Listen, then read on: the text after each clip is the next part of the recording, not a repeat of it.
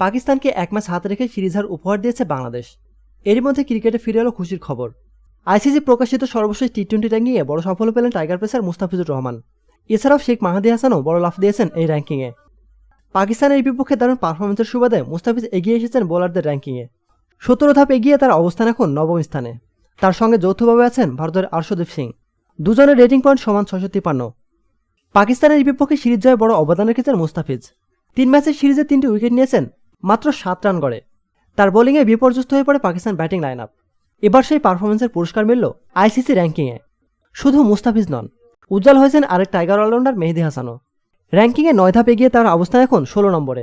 3 ম্যাচে 3 উইকেট নেয় মাহাদি গতকালের জয়ে রেখেছেন বড় ভূমিকা। তার বোলিং ফিগার ছিল 2 উইকেটে 25 রান, যা বাংলাদেশের 8 রানের জয়ে বড় ভূমিকা রাখে।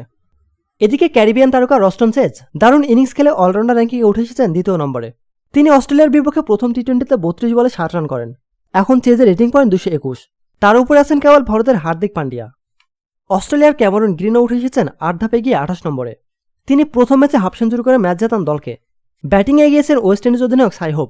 39 বলে 55 রান করে 4 ধাপ এগিয়ে এসেছেন 10ম স্থানে, যা তার ক্যারিয়ার সেরা অবস্থান। প্রতিনিয়ত খেলাধুলার আপডেট জানতে খেলাযোগ টিভির সাথেই থাকুন। এতক্ষণে আমাদের সাথে থাকার জন্য আপনাকে জানাচ্ছি বিশেষ ধন্যবাদ।